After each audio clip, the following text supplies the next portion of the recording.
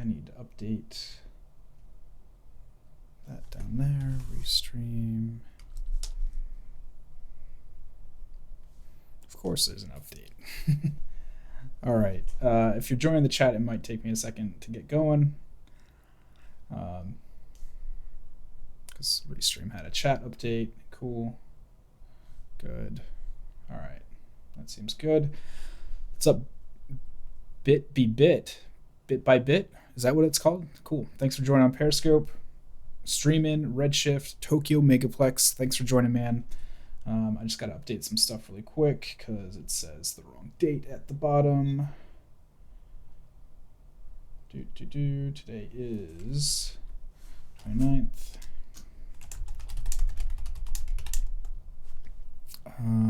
Denoiser. Cool.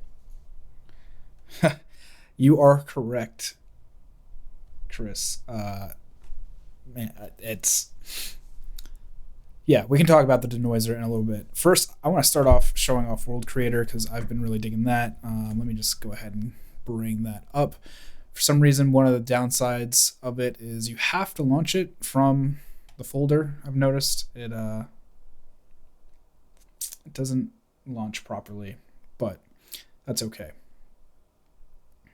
So tonight, for those joining, I'm going to be talking about World Creator, which is GPU-based world creation software.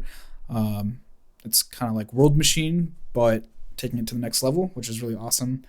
And general Q&A too. We'll get into Redshift in a little bit, and then I want to show off the denoiser that just came out in the experimental build for Redshift, and we can talk about that a little bit. It's kind of disappointing, but that's what it is. So bite the bits, bit by bit in the chat. That's kind of cool. All right, so I'm going to start a new scene.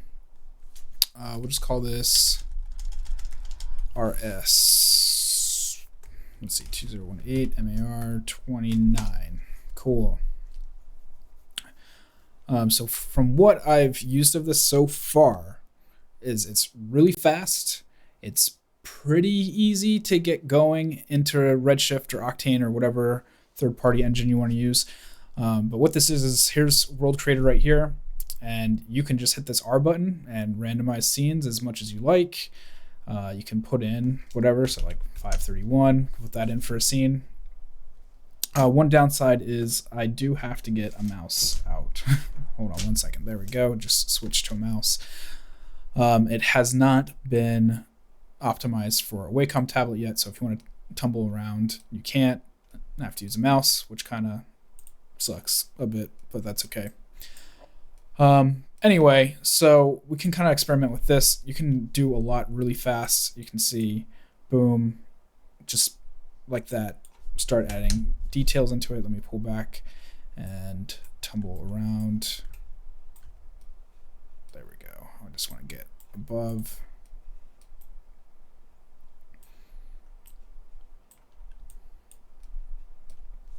And I'm gonna, okay, so that's, the depth's pretty good, all the way set to 1. And so really quickly, you can just adjust sliders and make things as detailed as you want. The higher the levels, the more detail you get out of them. You can see just like that. Pretty cool. So the reason I'm showing this off is because I want to start building some stuff in Redshift using more world creation stuff. Yeah, so it's pretty much like World Machine or TerraGen. I haven't used either one of those. I haven't had a need for it. I've been using Dem Earth for a couple projects lately and been really dissatisfied with it. And so I saw Brograph talking about this on the podcast a few weeks ago, and I got intrigued, and then I read that you can import satellite image data and height maps and stuff into this. I haven't gotten into that yet. I've only had this for like 48 hours.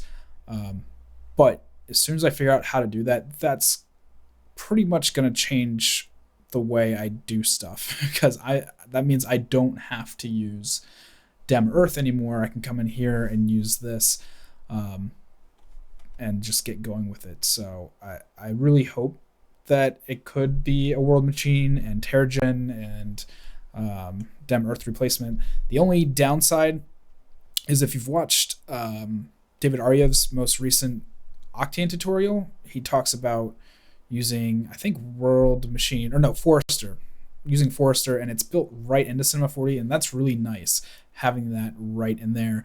You're not going off into a third-party program. The one thing, though, is that this is driven by GPUs. I don't know if you can hear it, but my fans are running pretty hard right now because everything's being done by GPU. So if I want to change this to like 4096 in this direction, it's just that fast. You can come in here and add filters and start getting really detailed too.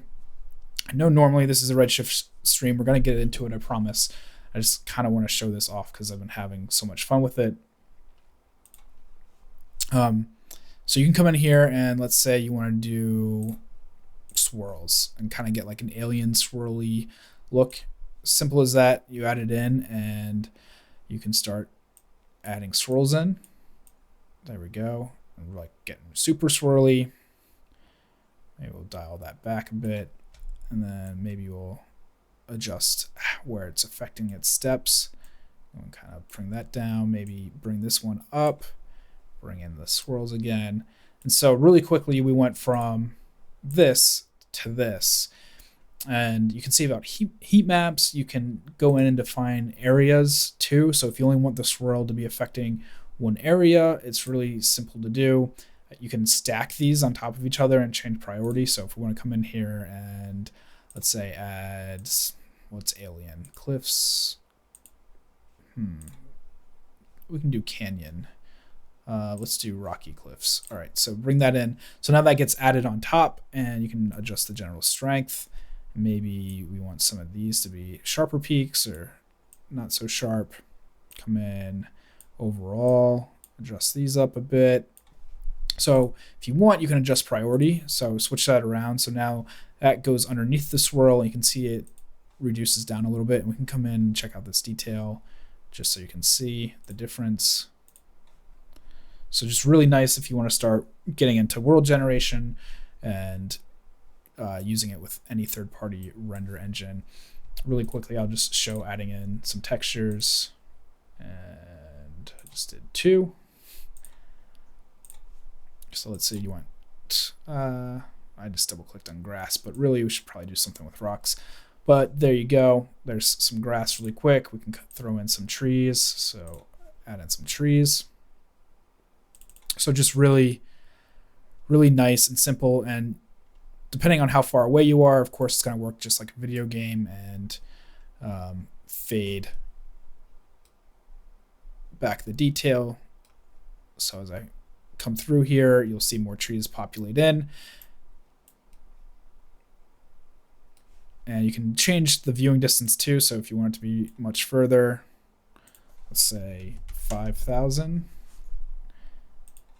or even 10,000. Get almost all the way to the edge there. And so what this is probability. So if we want like 100% probability, or we'll say 80%. So it's going to be an 80% probability that this is going to show up, which is really great.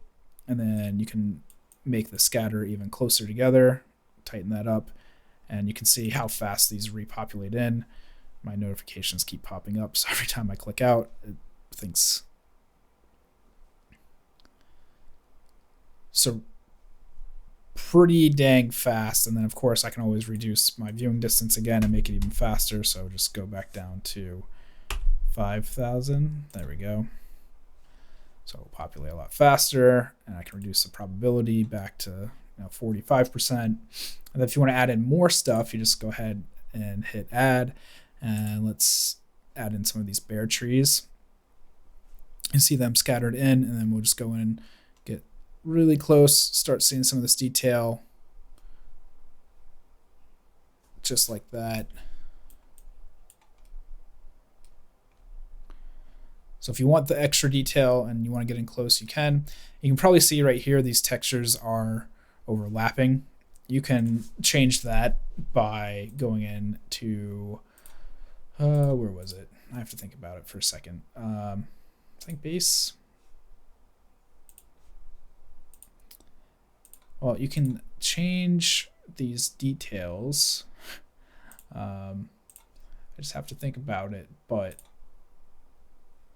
how they're layered, man, I should have done a dry run of this. So graphics, well, anyway, it can be triplanar, or they have like a cool Perlin noise feature too, so you don't get all this, all these seams and everything too. So, you know, as of right now, there's a lot of seams. Right then, I just clicked it up, so it's 4096 by 2048, so it matches better. But yeah, so if anyone's interested in world creation and looking for an alternative that's something that's a little bit faster than World Machine or TerraGen, this is all GPU based and really freaking awesome. So I have a bunch of notifications in here. What's up? Unread mentions, Sage. Oh, he's talking to me about assets. Cool. All right. So Sage has been talking to me about doing possibly some ArcViz tutorials. If you guys are interested in seeing that tonight, I may show the thing that I created, and just, it's not that great. It needs a little bit of work. I've been trying to make it look better, but if you guys are interested, maybe the denoiser will be good on that. There we go. Now it finally closed out. All right, so let's talk about some Redshift stuff and get into that now that we've gone through World Creator. I am really impressed with the Octane denoiser. If you haven't seen it, David Ariev has a cool run through of how fast it is with loading geometry, and then there's a couple other people that have gone through and done some denoising comparisons, and I talked about it on the last stream, and it's super impressive. Not so much for Redshift. Let me see if I can get this scene that I was going to do for interior. There it is. All right, let me load this up. So if you've been watching Brograph's tutorials, you'll probably notice the scene. It's one that Matt did a tutorial for, but I've converted it to Redshift finally. I finally got around to doing it. Let me just go ahead and hit play on this. Where can we find the denoiser video for Octane with David? I don't know if David actually did a denoiser video. Now that I think about it, I think he just did geometry. Every video I see of him makes me want to. Yeah, I mean, David does awesome stuff with Octane. I've been using Redshift so long now that it's hard for me to go back and use Octane. It doesn't feel as familiar anymore, I guess is the word I'm looking for. But I'm really holding out for Arnold. As of late, I keep going back into Arnold a little bit more and more, and we'll see. Maybe it's time for me to start making some Arnold tutorials. So, all right. So we have this interior scene. It's kind of okay. There's like some weird reflection issues where like this is reflecting over here, but we aren't getting any reflections over here. Anyway, let's talk about the denoiser, because this is probably an okay scene for denoising. Let me see how long this takes to render, and then we'll figure it out. So, still going. Got these buckets going. It's probably going to be a little bit since it's an interior scene. I think, if I remember, it's like about 20 seconds to render. But it's decently clean. No, it's not the greatest. I'll probably switch my layout around a little bit, actually, to make this better for you guys. Let's get some better detail in here. Bring this up. All right, here we go. And so it doesn't keep screwing around with a point cloud. I'm just going to switch to all brute force. Cool. Go back in here. And this is something I've noticed too recently, that there's like these weird geometry issues that pop up. All right, come on. There we go.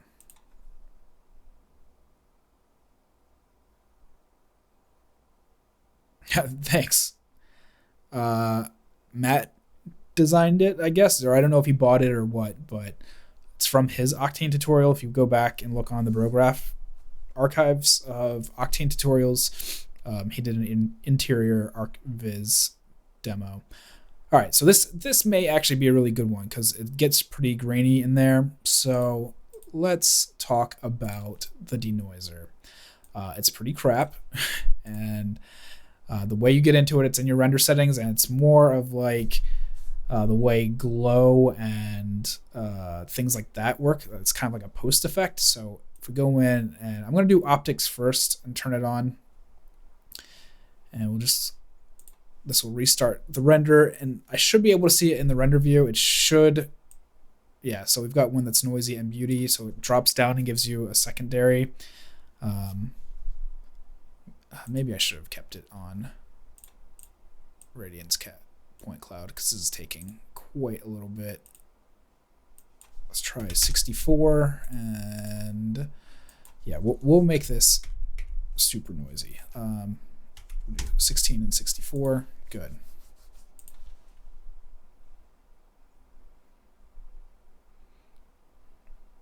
Apparently there's invalid geometry somewhere. All right.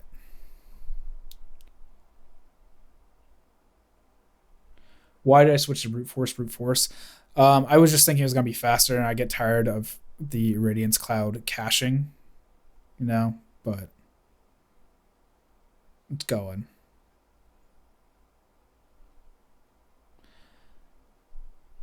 All right, so it says it's still rendering. There we go.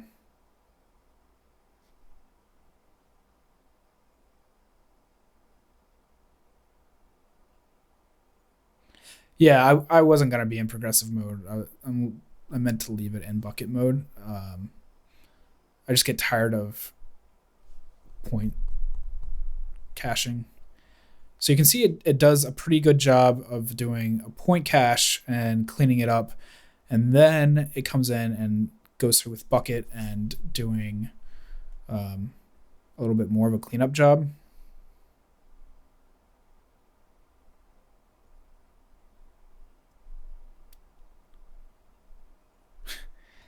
Until about 5 years ago. Man, so you must be using Redshift in like Maya, right? Because I know Redshift has been around for a while in Maya, but it's only been around for other not engines, 3D programs in the past couple years. Yeah, Tokyo. Redshift's actually been around, I think, from what I recall on an interview or reading, like 2008, something like that. It's been around for a while now. Maybe it was Softimage. All right, so, you know, it cleans up okay, especially if you use a point cache. But if you look really closely, you can see it gets pretty blotchy.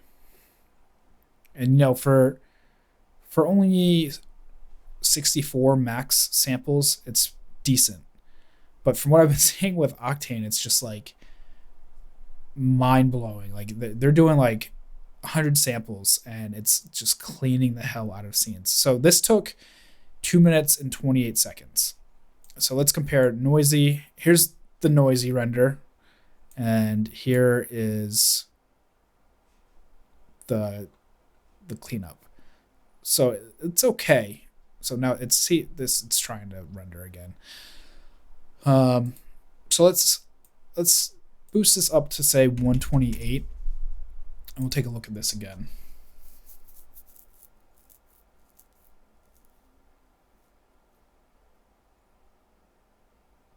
Yeah, I know, Tokyo. Like that is part of the problem, is both for optics and Altus or Atlas. Is it Altus or Atlas? Altus? Atlas, Altus. They both haven't been fed any Redshift data, so I know it will get better. It's just kind of sad when we've been seeing such successful renders already coming out of Octane.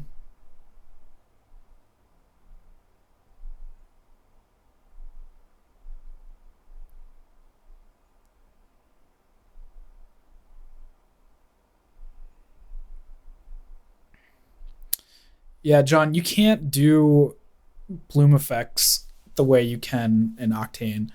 Um, I mean, you pretty much have to do it in post in Fusion or Nuke or wherever.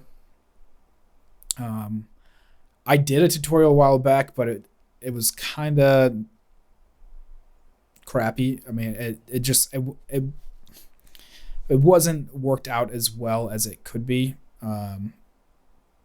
But I can show some examples of using a glow and getting a bloom, but it's just until Redshift really puts it in as a post effect, it's kind of gonna be viewer discretion, like whatever you put into it. Man, just look how like blotchy this crap is up here. Hopefully it will clean it up. Like I see the buckets right there, and I'm really hoping that it's gonna focus on it.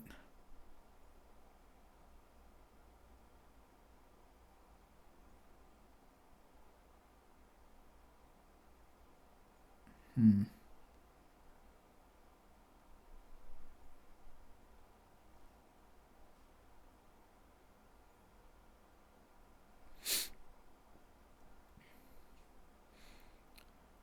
Yeah, the key to doing it is you just need an AOV pass of whatever area you want glowing. So I'll open up something in a minute and show you. So like up in here, the buckets are still going, or at least it's showing the buckets right in there, and it's like taking way longer to denoise that area than you would expect. Like threw more samples at it, and it's 241 for this render, and it's okay. It's not great.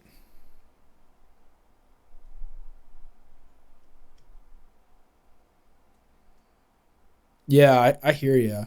Um, like I just did something with some knobs in it the other day. I was like kinda can get the look, but it's not great. Um, so that is the NVIDIA Optics denoiser. So we can do the Altus one, single pass. And I think single pass shows up in the render view, but um, the double pass doesn't. I'm not sure about that yet. So I'm gonna just go back down to like 8 and 16 here, like just super dirty. Thanks, John. Um, I don't ever do interior stuff in ArcViz, so I'm glad that you like it, because I, I I don't really know what the hell I'm doing. I'm just thinking about it as I would with most other scenes, so I guess that's mostly it.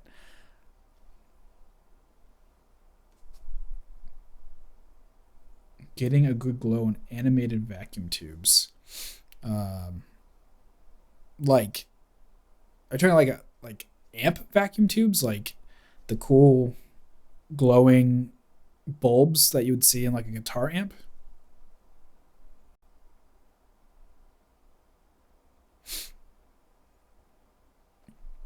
Maybe I can find a light bulb of sorts and do something with that.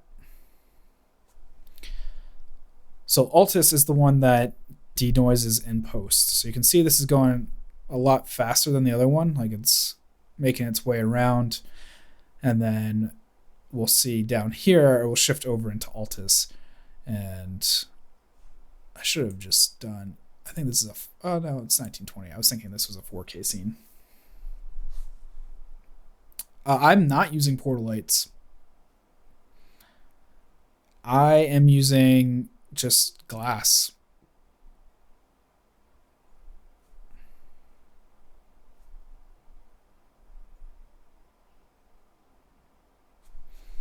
Do we, let me see. Do we have any light bulbs? Yeah. Okay. So there's a light bulb in here. I'll set that up in a second. Hopefully it will be built in a way that I can just throw it together. So you can see like interior. It's okay. Like it's normal pace. Shift over. I will shift over to that. So it's pretty normal pace for an interior scene, you know, like about 2 minutes. I don't know if it will speed it up because portal lights are usually used when you just have like a hole in something, right? Like that's my understanding of it. All right, so denoising is now running. You can see it in the bottom corner there, and boom, watermarked. It looks, in my opinion, about the same. It's kind of hard to tell with the watermarks. I should have done A/B testing. That's the other downside of this is if you want Altus, you have to buy a separate license for it. It's like $200 for still images and $400 for the animation license, which is just ridiculous. You know, like just give it to us. Like hopefully they'll keep testing optics to be better. Like in these areas in here, it's done a really great job. Yeah, I think they're for interiors on Windows too, but maybe it will speed it up. I don't know how much it will actually speed it up because when I've used them before, I just did it as like a cutout in something, but I'll try it. I don't know either. It may be worth it. So going back to the denoiser, it's still kind of mucky up in here. In these areas, I think this looks pretty dang good, especially the detail on the chair in here and on the lampshade. That's coming through all right. The wood, you're getting some detail in there. It looks like a little bit's lost. Down in here, it gets a little blotchy again. So, here's noisy. This is where it started, and then the beauty. So it's definitely pulling out some details and cleaning it up, but I think it could be better. You're welcome, John. All right, so I am going to switch gears and build this light bulb for John. I'm going to also switch my layout back to this. So let's close all. No. And good. We're back to normal. Cool. All right, light bulb. Broadcast 3D objects, lighting, and classic light bulb. I don't know what that's going to be. Perfect. This seems like something. All right, cool. We'll just leave that there. Material, we'll just call this base and replace that base with aluminum. Base is right there. Switch that out. What is this? What's that weird tip? Is that part of connection? I'm just going to make that aluminum too. Right? Why is that white? Let's take a look at this. No, that's okay. It's doing all right. I guess. That seems a little weird. Metal base.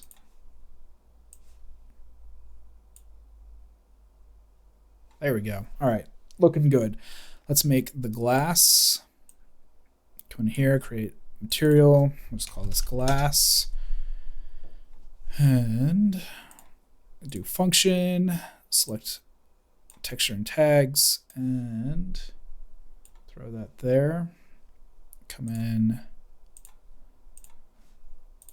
Oh, I'm still using a mouse. Jesus, from World Creator. There we go.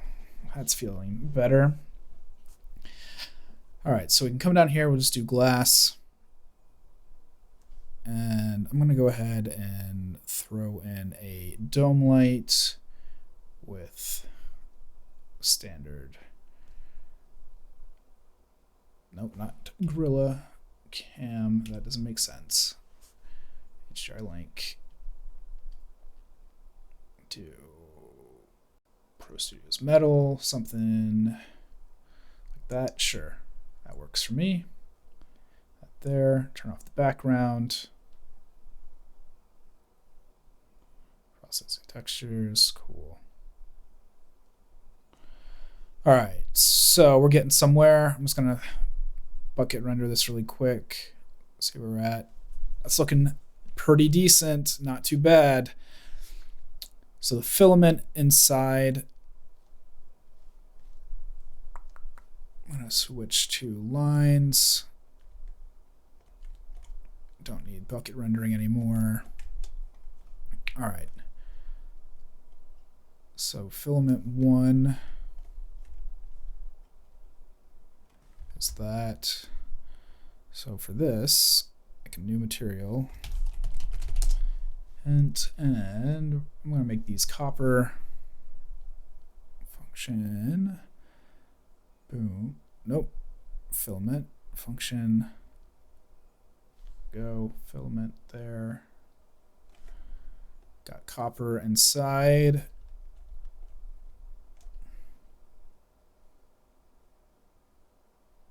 Cool. Looking pretty decent. And I think the only thing left is the coil, right?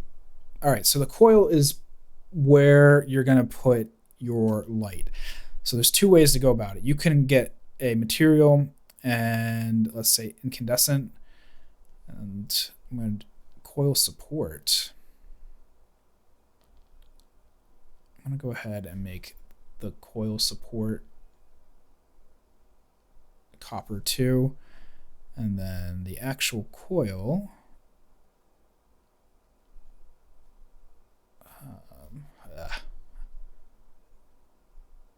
come on, Redshift error. Oh, God, that's what happens when you have an experimental build going. Did you die, Redshift? Yep, you died. All right. Sorry. Give me 2 seconds. I shouldn't be doing experimental builds on a stream, but I just want to show off Denoiser. So it is what it is. I'm sure Billy Chitkin just started watching because it seems like anytime he starts watching, I crash. All right. So here we go. Do speed mode again. Broadcast objects. Lighting, classic bulb. All right.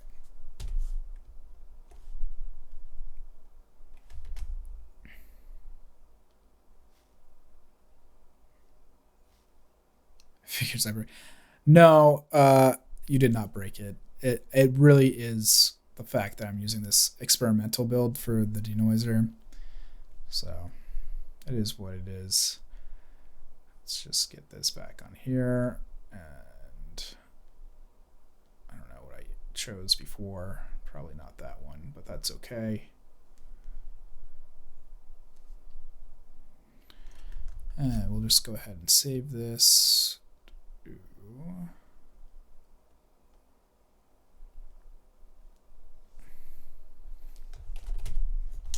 Bulb test. Cool. All right. Hopefully that saves some aggravation. I'm going to hit save a lot from now on. So we want glass. Doot. There we go. Over here, glass. And then we want material base function. That these will be aluminum.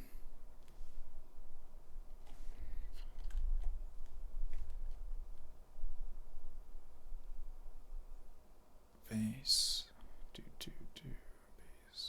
base, bottom cap. What does bottom cap look like? It's just black, like a black plastic. Okay. I didn't do that before. Let me just hit save. Bottom cap.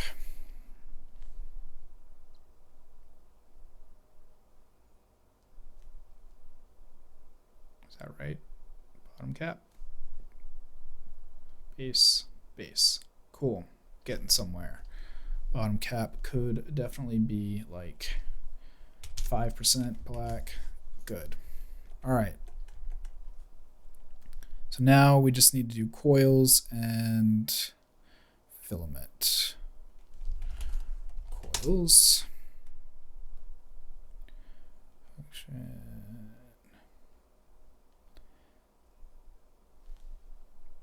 Boom. Coil support. This will also be coils. Save, and I'm going to make these copper because I like it. Save again. All right, I think we're ready for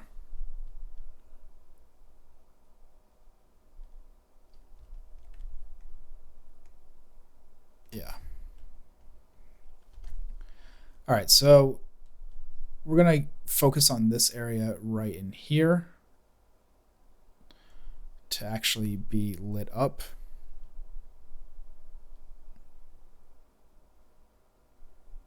So that's filament 1, filament 2. That's the coil there. So really I should name coils filament. That's okay.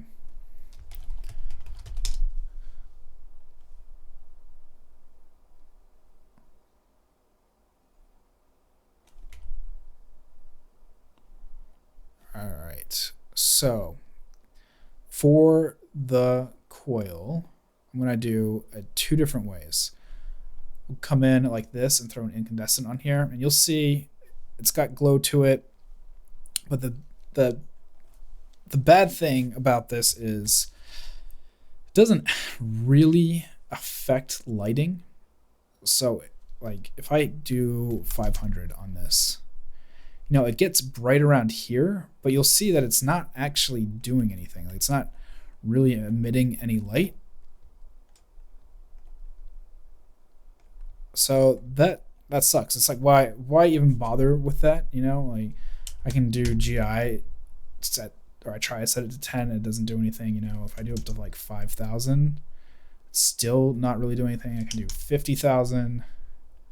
It's just getting brighter, but it's not really emitting light. Like, let me turn this off. So it's kinda, I guess, like if I pull back, it's kind of emitting light, but not really. And let me just make sure this isn't, yeah, the default light, it's probably that. So it's the default light mostly that's giving that light. So it's doing a little bit, but not very much. So that sucks. So I'm going to go ahead and kill that and make another material here, throw it on the coil, come in here to our shader graph. Yeah, so we'll come in here and we'll make a material that has emission on it, which is under the advanced or the overall tab here. Crank it up, make it white, 2, and let's do 500 for this. So you can see it's the same thing. It's pretty much just the same tag. Like, but what's the point of that? Volumetric scattering. What? I mean, I would do volumetric scattering, but if I do that, look, I'll put it in here and nothing happens because you can't actually have this do anything. Yeah, so yeah, you have to use a mesh light. The problem with using a mesh light is you can't really, I mean, you can through like custom AOVs, but you can't initially get it as a pass. So So what I'm going to do is just go ahead and take that out of there and put on filament on the coil too, just like that. Oh, I took out the HDRI. Oh no. When I hit delete, I must have. There we go. All right. Turn that back on. Get rid of this thing there. And let's put filament on here. So there's a few ways that we can go about doing this. One is to create an area light. Let me just go ahead and turn this off and go into our general, and under area and shape, go down to mesh. And we're going to select our coil as our mesh and just really start to blow up the intensity, and then turn on our visibility and bidirectional here. And ooh, did I max that? No, it's still going. So if I turn off the dome light now, you'll see it's like really affecting everything. And I can come over to Ray, and let's just go ahead and crank this up and have it contribute to the volume that I put in here. Where did I put the volume? There it is. And we'll just kind of bring this back a little bit.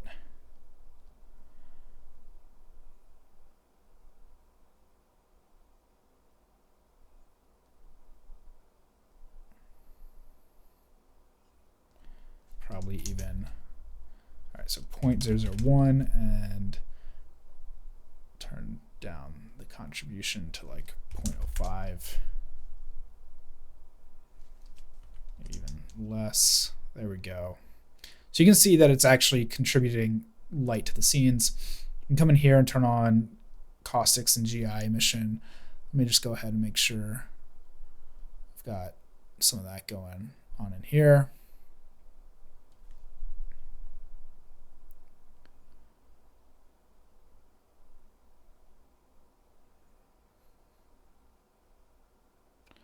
All right, so you can see now, like we have a pretty standard looking light bulb. I'm gonna go ahead and turn our dome light back on.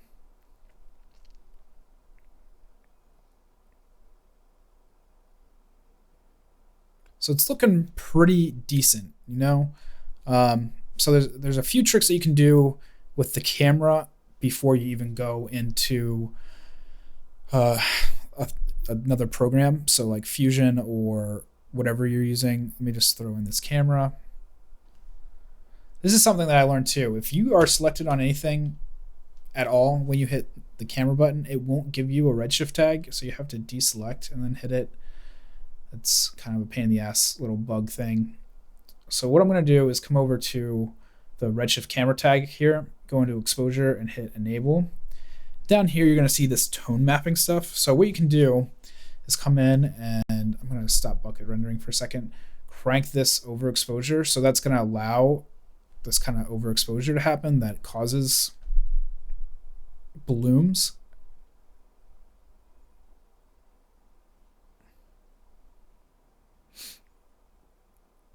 So now we've got that going. I'm going to turn down this dome light a little bit. Say like -2. Maybe even -4. So now we're going to have most of the light coming from this.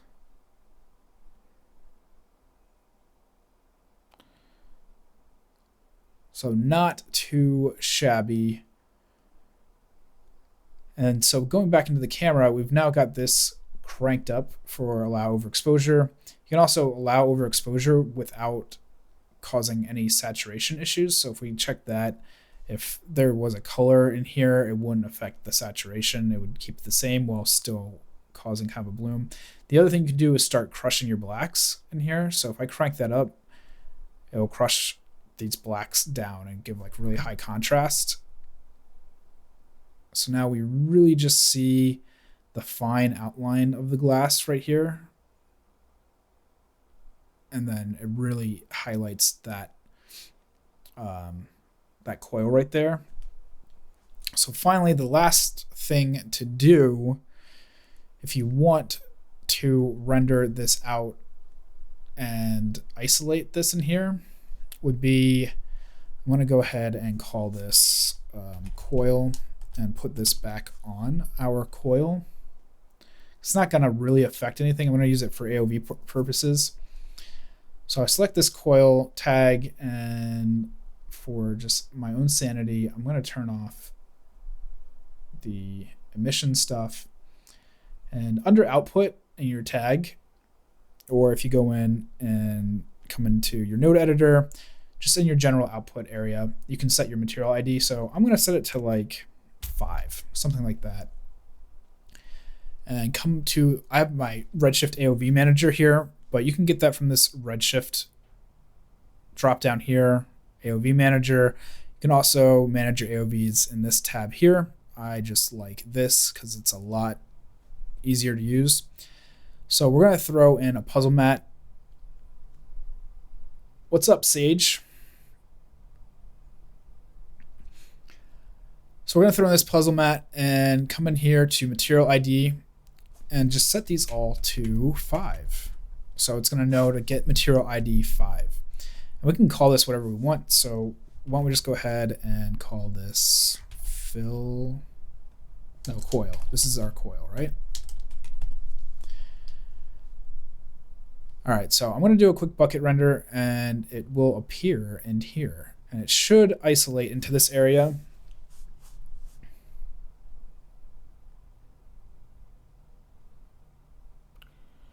So there isn't like a per light AOV yet, and it's supposed to be coming, but you can kind of cheat it by doing this, which should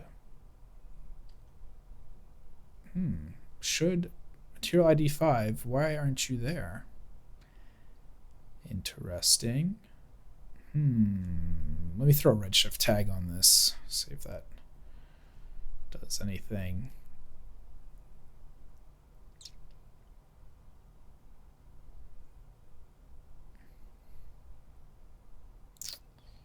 Because it should be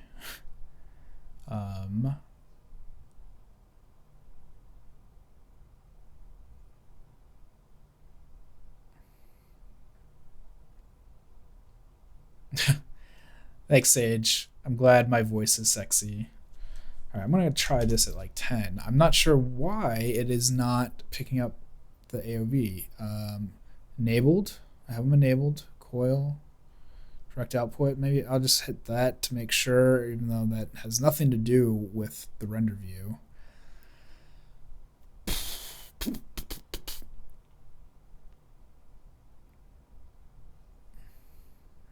All right, puzzle again. Coil ob ID. We'll call that object ID. I said 10, right? 10 and 10.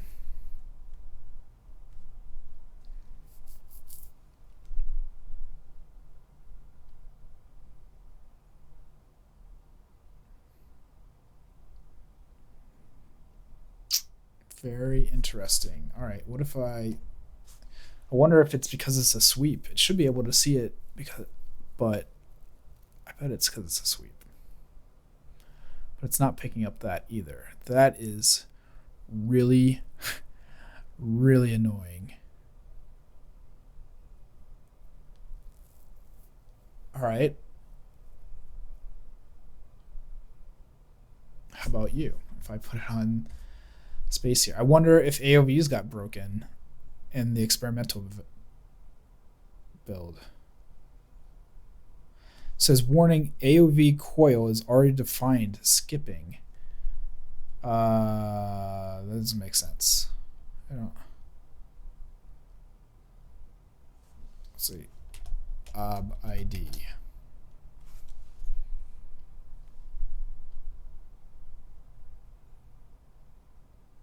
All right. So right down here, you can see it's picking up the object ID there. If I put it on here,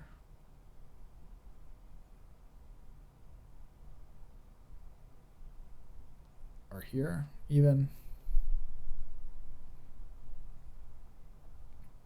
Get that whole base.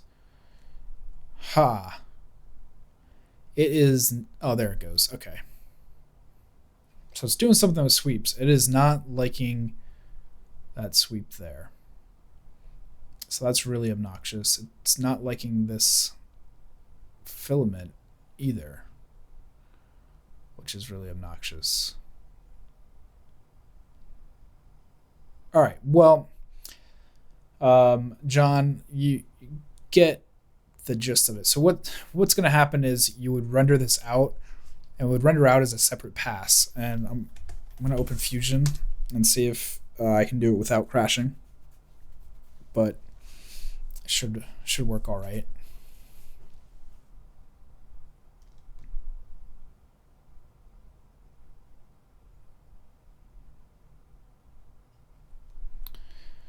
Let's see. So I was just working on something earlier that required like a really slight glow.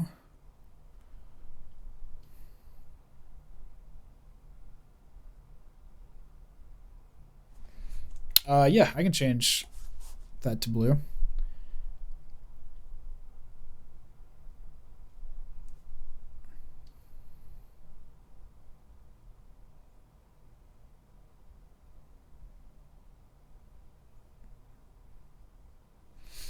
And of course, you know, the hotter or cooler your colors are going to be, it's going to affect everything else. But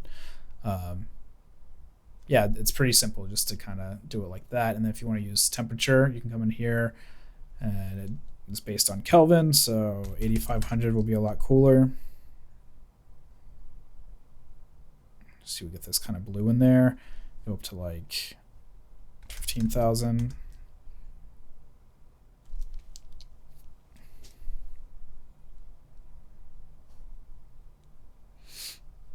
So now you actually have like a heat-based cool blue coming off.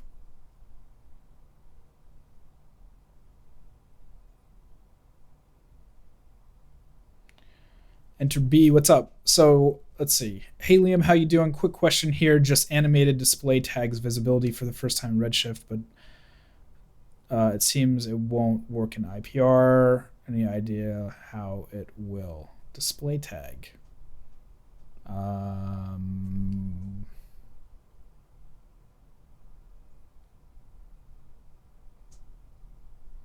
Like what kind of display tag? Because there's a few, like these in here, like something like this, like under visibility.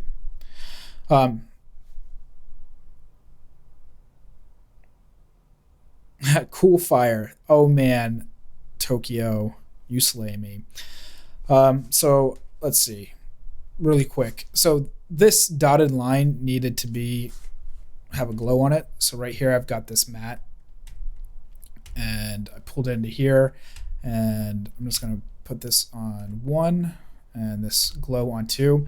So you can see there's like this soft glow, and I can make the size a lot bigger. Gonna control it here. I'll just crank it, whatever, and then bring the size back down. So what you would have to do is, normally a real glow would have like 3 to 5 different glows with it.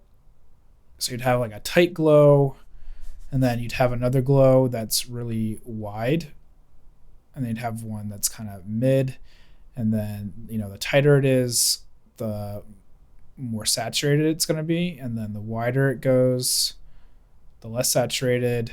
So you can pull this back in, and then the wider that goes, even less saturated. And so you kind of build your own fall off. That's like the only real way to do it now. And then, you know, I have a color correction on this, and then you can merge it all together. You can merge it all together. Come on, Fusion, work with me. Merge it all together. It's loading. It's trying to render in the background. There you go. So that's how you would get a glow in post, is just by getting these mattes. Yeah, so C4D display tag is not going to do anything. Redshift isn't going to see it. You're going to have to use a Redshift tag. So depending on what you want to do. So if I have a sphere in the scene, let me just make it like 5.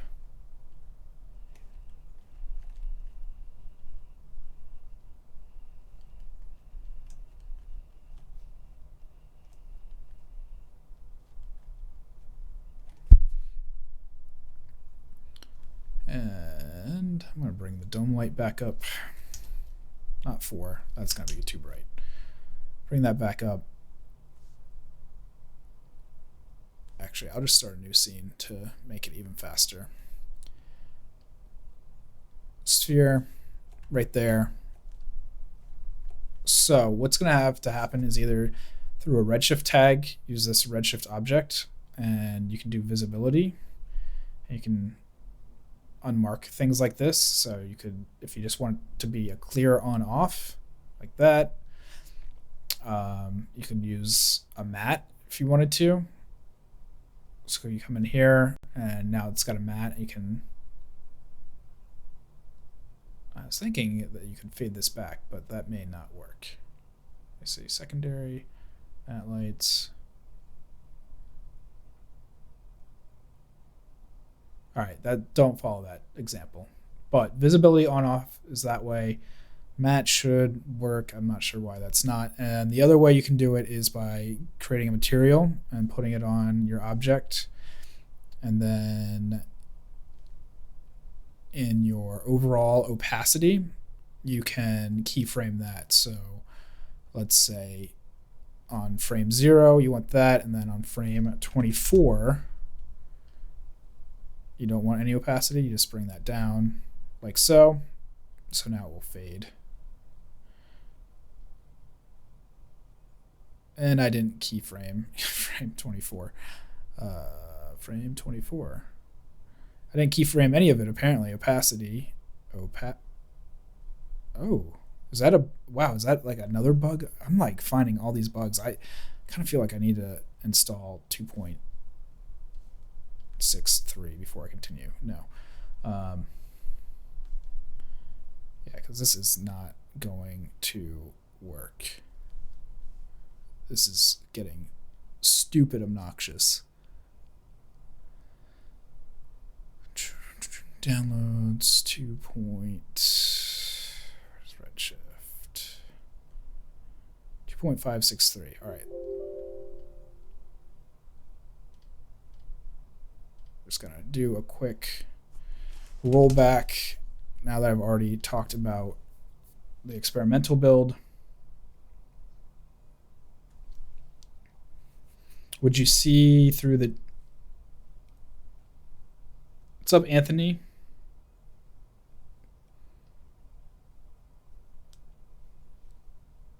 Make a spot in Redshift a parallel spot? Like you want a parallel light?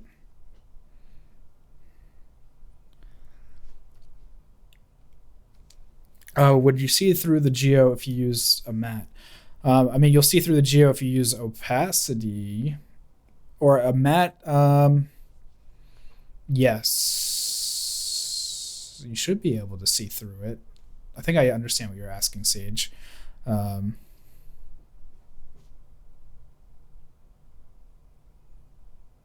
not sure. It may just actually put a matte in there, like what you're saying. It may just like cut it out. And I don't know that you would be able to see geometry behind it now that I think about it. All right, let's go back to stable Redshift now. All right, so Anthony, you're asking about like a parallel light. You should be able to do it just with an area light, and then you can make a cylinder if you want, something like that. Is that what you're kind of looking for? Like when I think parallel lights, I think of like fluorescent tubes.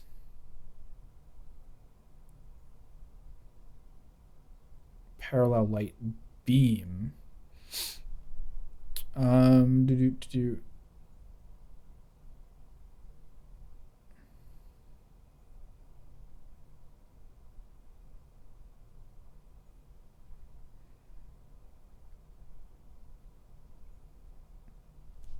mean, I'm kind of I'm kind of having trouble picturing what you're asking, Anthony. Like, parallel light is usually something like this, you know, and then I could throw in an environment, and then you're gonna get beams. If you can direct me to a picture, possibly just send me a message using either a YouTube comment or the built-in messaging system for YouTube. With a spot, I don't know how you would make it with a spotlight. Like, if you bring in a spotlight and I'll just put a plane down so we can see something.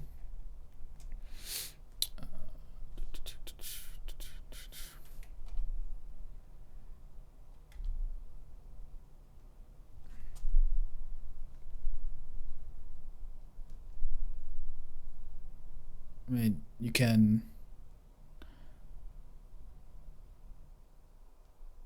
I mean, there's always going to be a cone because of how spotlights work. So I'm kind of a little bit lost on what you're trying to do.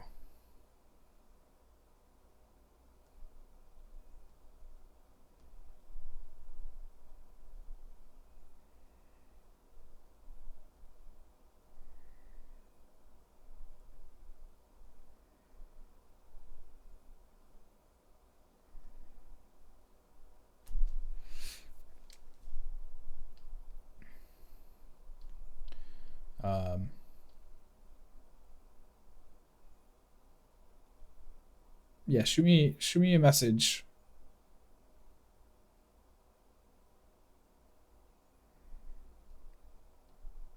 So like a God ray, like in my God rays tutorial, like that.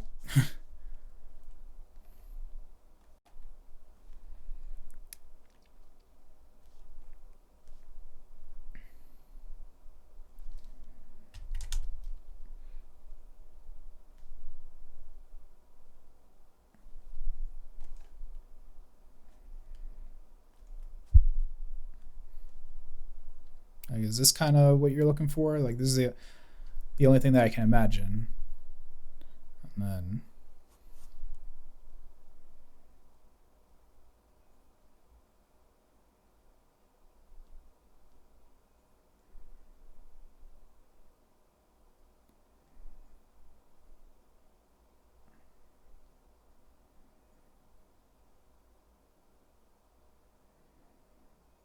but you want it without a cone, so it's perfectly straight.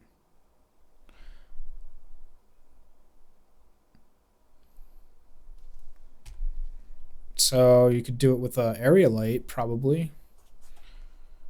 And let's see. Come in here, do this all the way up to that, and then a disk. But I guess it's going to have fall off, huh? Or starts to come really far off. Yeah, you're right, Sage. Or not Sage. That's Tokyo Megaplex joining back in.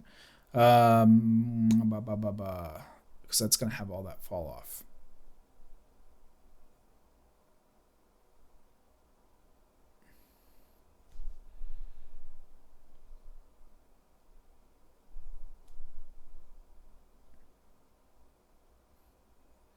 I mean, no matter what, it's going to cause a cone. You know, like here it is going through a tube, and as it comes out, it's going to fall off.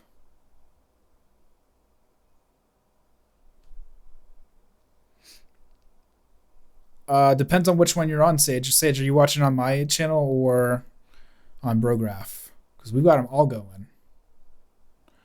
We see how this is going to do the same thing.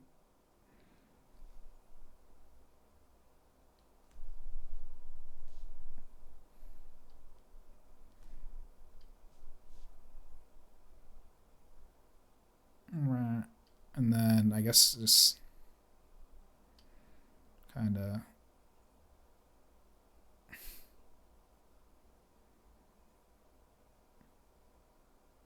well, it's going to act just like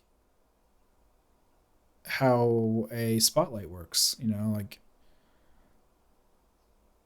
make the tube longer, and then if I bring it back up, you know, this is exactly how a spotlight works.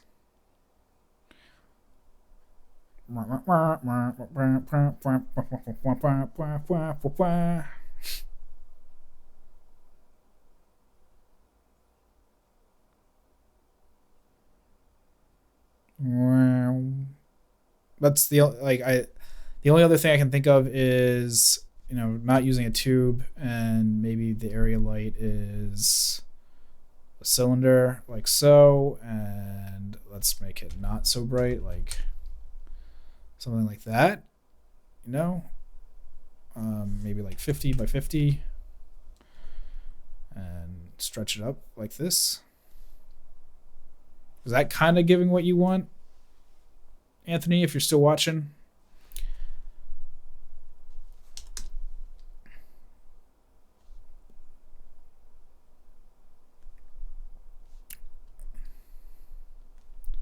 And we can add like 256 samples to that. Clean that baby up. And then, you know, let's turn this into Kylo Ren's crap. And maybe we'll do like 25 by 25. Make it nice and narrow. Use the force. What if I make two of these? And we'll make this one super blue.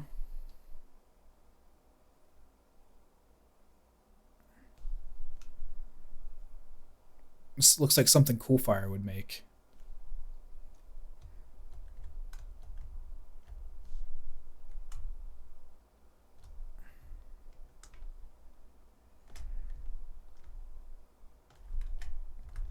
Here we go. I'm making some Instagram art. Just like this. Takes 5 seconds.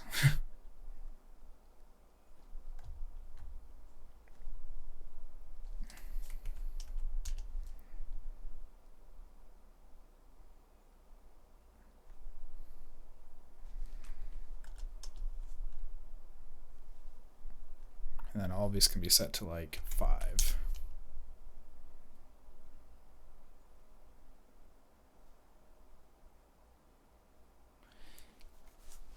Oh yeah. I have tried the custom bouquet stuff. I used to have a whole, well, I shouldn't say I used to. I have quite a few of them. If I get rid of this plane right there. But I can show you some of them. If I come in here, use bouquet image, and I gotta find them. There we go.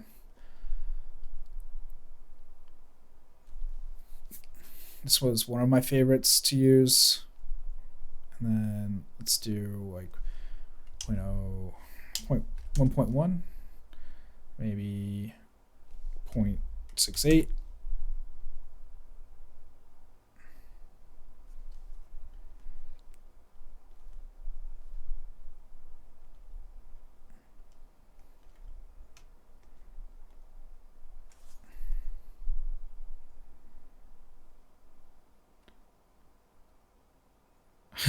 I gotta get some trees in here.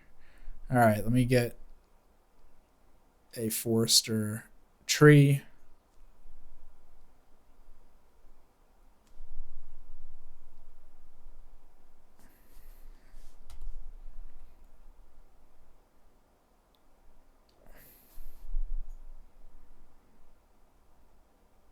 We're We're doing it, everybody. We're making Instagram art that's going to get 5,000 likes.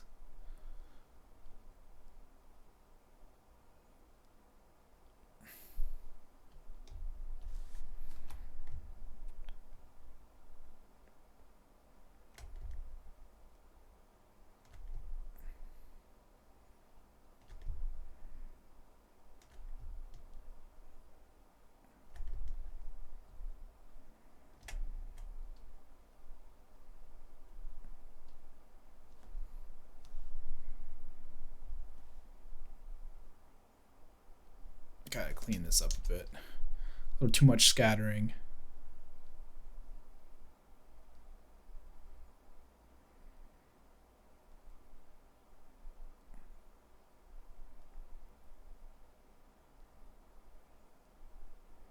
Maybe there's not enough now.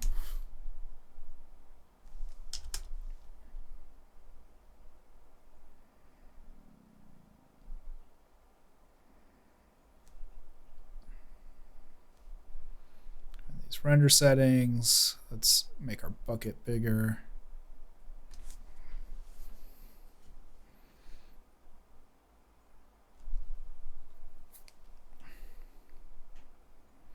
I don't think I have enough lights in here.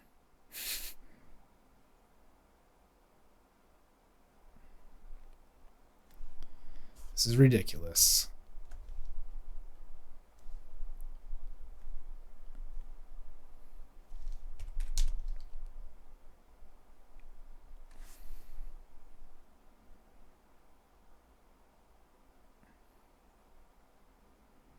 As ridiculous as this is, I really kind of like this.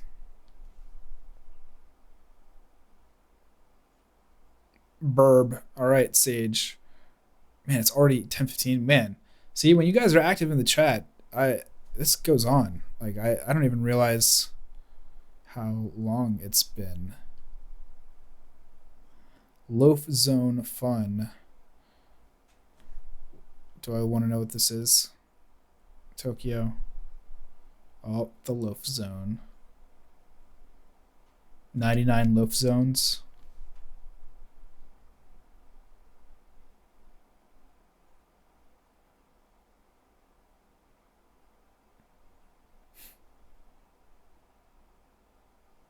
Add a rim light. Okay. You guys can play art director.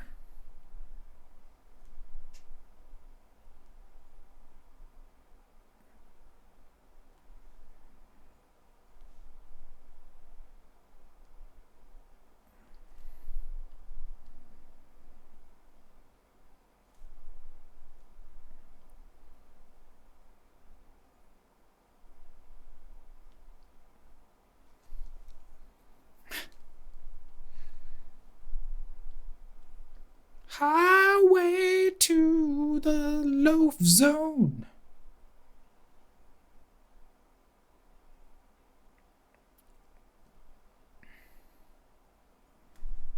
Perfect.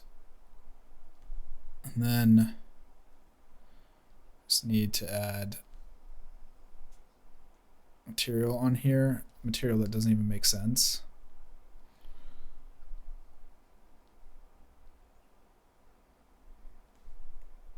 Something like copper.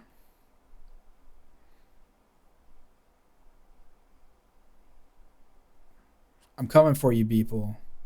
I am coming for you. He doesn't know it yet. Man, I don't know where I even put that light. Crap, where's my rim light? Rim, there it is.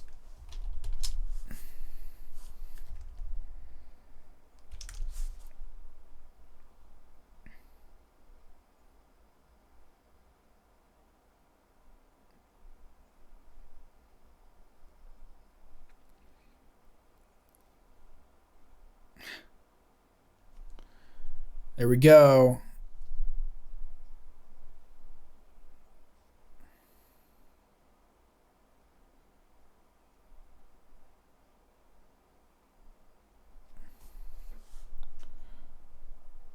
I think we just need to figure out a good scatter.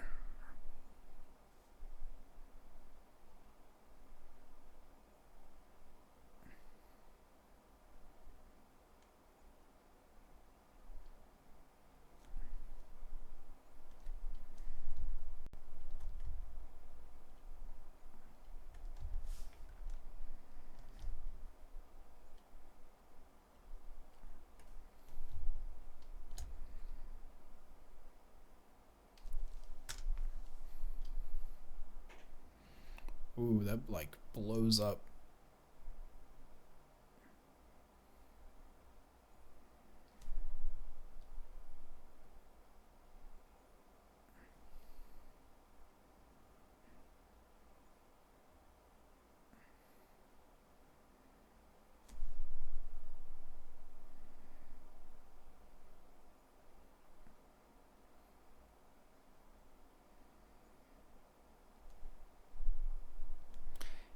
I think this tree is not really working for me. I've decided I need to put some text in here.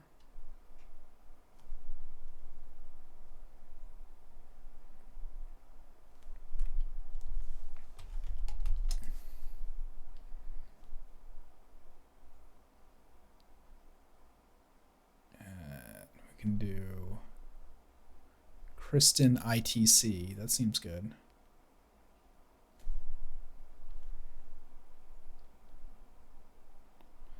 I talked about it a little bit ago, Enter, and I think it's kind of crap. Like, I know it's experimental and they're working on it.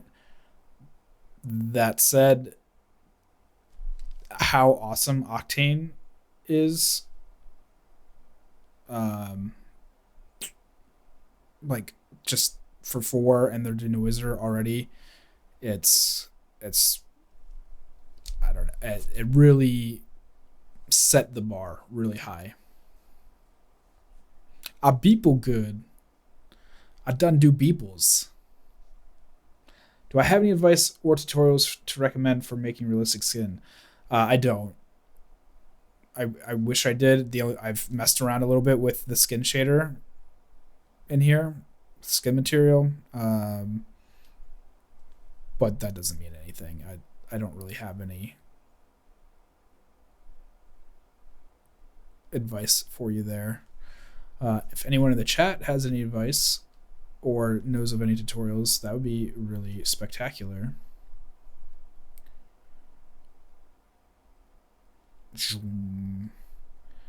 make this come down like so.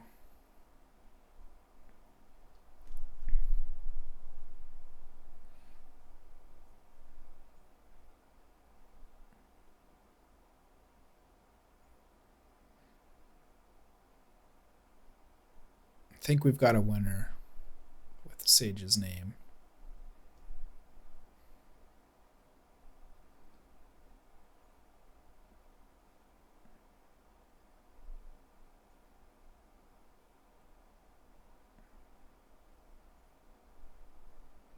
Yeah, Octane definitely is we're gonna say all this stuff and then deliver about a third of it. Bevel the corners. I know. Put bevels. I just haven't because I'm getting tired and lazy. Yeah, we'll do 5-inch bevels with 2-step engrave. You know it, because that's how we do it.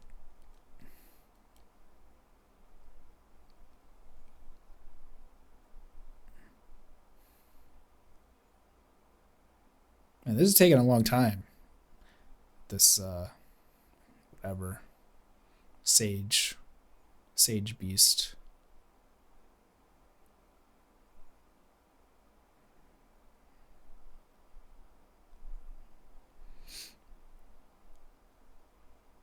The other issue that I've noticed, excuse me,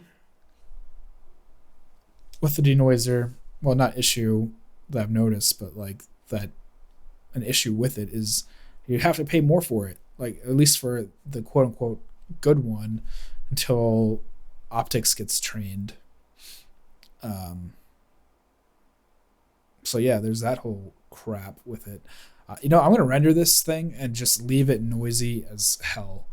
Let's put it at like 8 and 16, just like, and I'm even gonna do like adaptive threshold of like 6. Let's see how noisy we can make this, and then I'm just gonna throw it up on Instagram. You slow everything down because you're so chill. Yeah, it's all that that rum. Yeah, this looks terrible. This looks grainy as can be. Fantastic.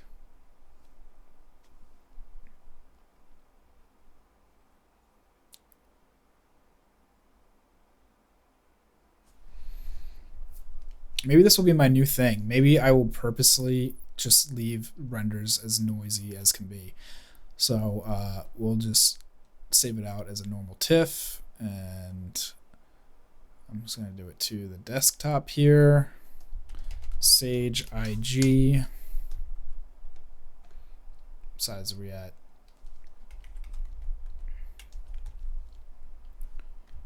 All right. Oop. I don't need that. There we go.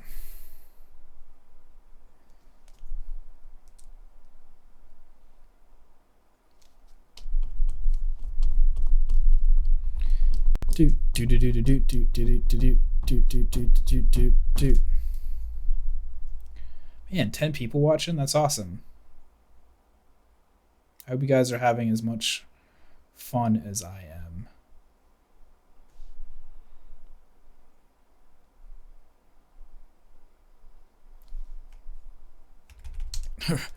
Render shit with -3 AA. I wish I could. That would be really funny.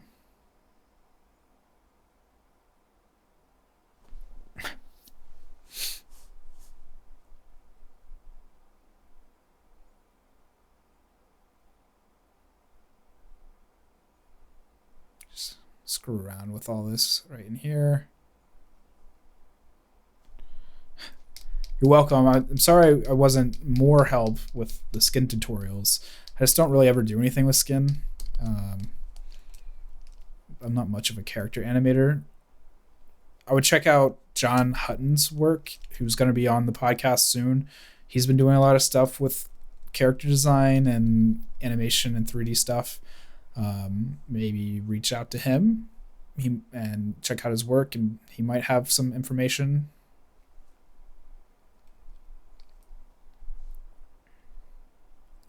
Boom, boom, boom, boom, boom, boom. Oh yeah. Sage, I'm going to take this into Photoshop and show it a real good time. Oh yeah. Inverted white points.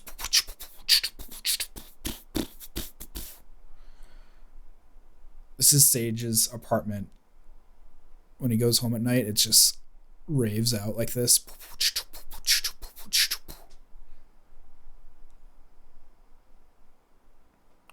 On the podcast soon. John's going on the podcast? I don't know about that, but he's coming on here next month. He was going to be on in a couple weeks, but we're going to push it back till his reel is done.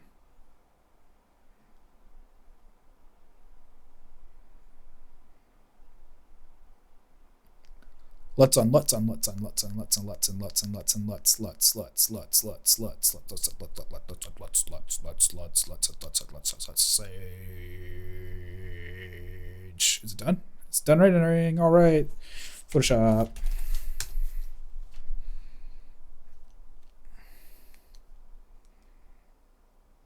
Yeah, that's true. That's how I made my snow shaders. Is that which I forget who did it, but there's a snow tutorial out there, and it pretty much showed me the way on how to get started with that. Sage, here we go. Yeah, all right. Let's Soldier Boy this and crank it.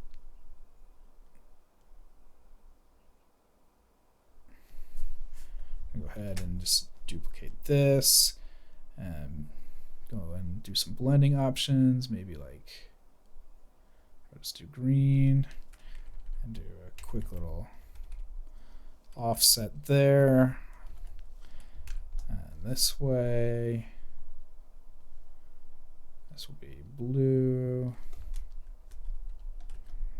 That I can just do like exclusion. Maybe blow it up a little bit. Oh yeah. I'm gonna do another copy of the base over top, and difference, nah, exclusion, yeah.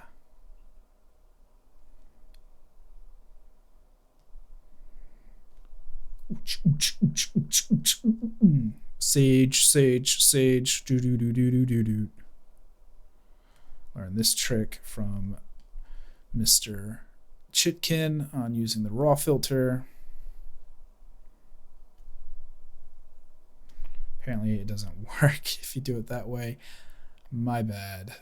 Raw filter, there we go. Temperature. Something like that. Bring up the exposure. Make it flat. Super highlights, dark shadows, highlights, blacks. Crush the blacks. Super clarity. Vibrance with no, or actually super saturation with very little vibrance. Boom. That's what I want. And just to make it fun, let's just go in here and use some kind of Kyle Webster brush. Let's see what we got. This, sure. Get some black.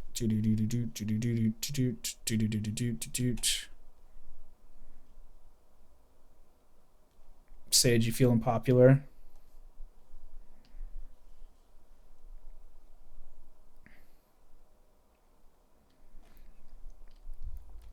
I'm gonna do another copy. Put this on top of that. Screen it.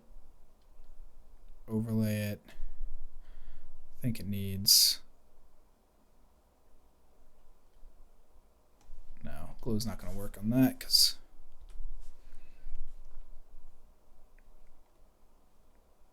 retro AF it is.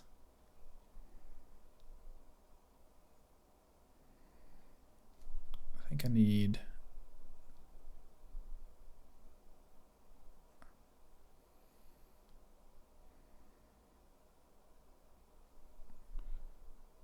shadows.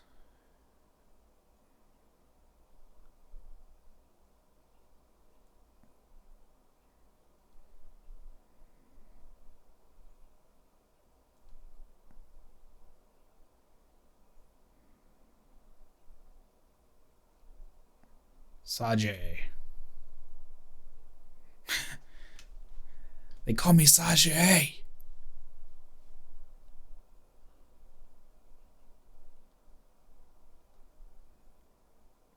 I think this is gold. I'm just gonna kind of crop it and twist it, twist it.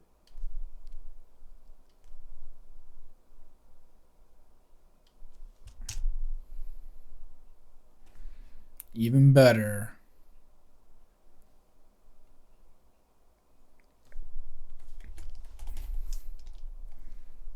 I got you covered. Why does everything have an update today? Christ. Oh man, it's already 10:30. I am going overtime tonight. I initially thought this was going to be short, and here I am going long. That's what she said.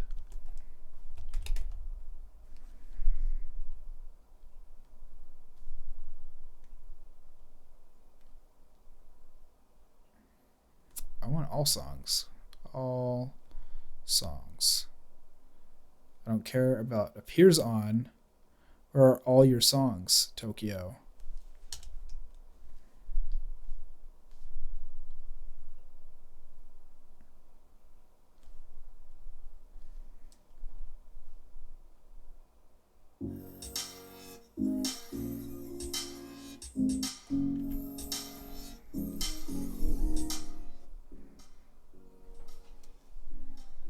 Let me crank this for you guys.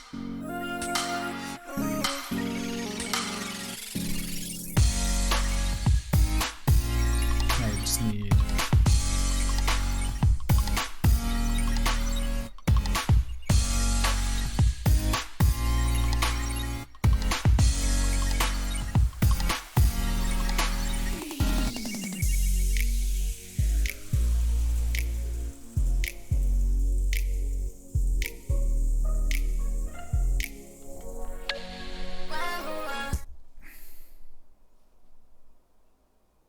You don't put your music on Spotify? That's not you?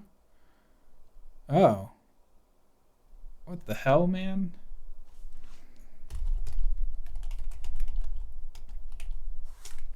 Well, that's just disappointing.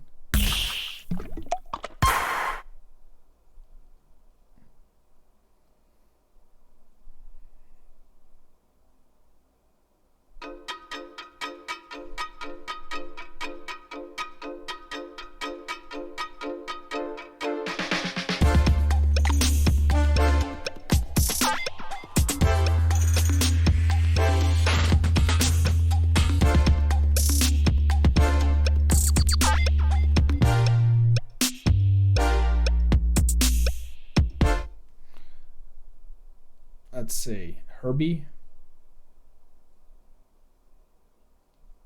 Oh, you. That is you, but other people put. Okay, gotcha. Crunk. I see Crunkaplex. I'm on your SoundCloud now.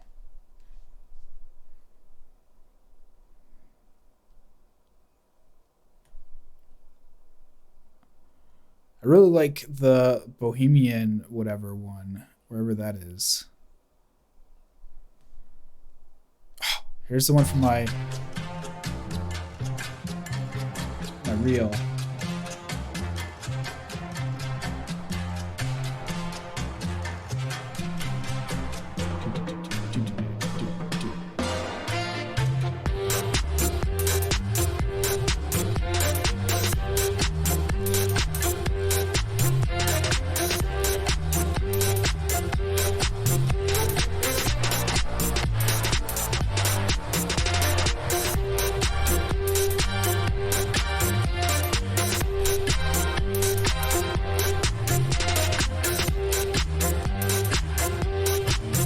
All right, after that. So I'm gonna save this out, and then I gotta get some bed time going.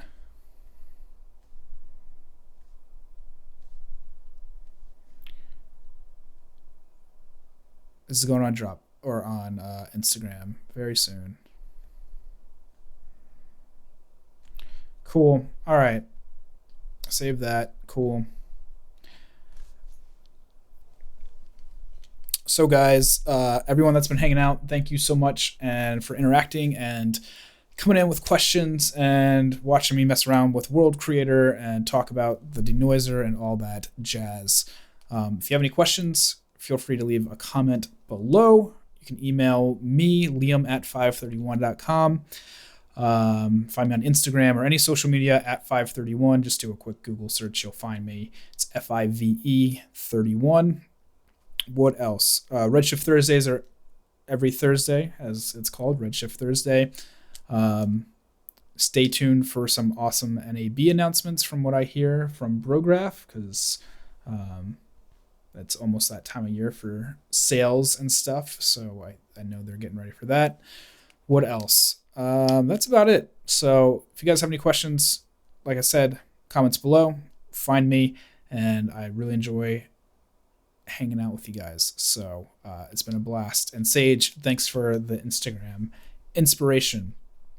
All right, everybody, have a great night.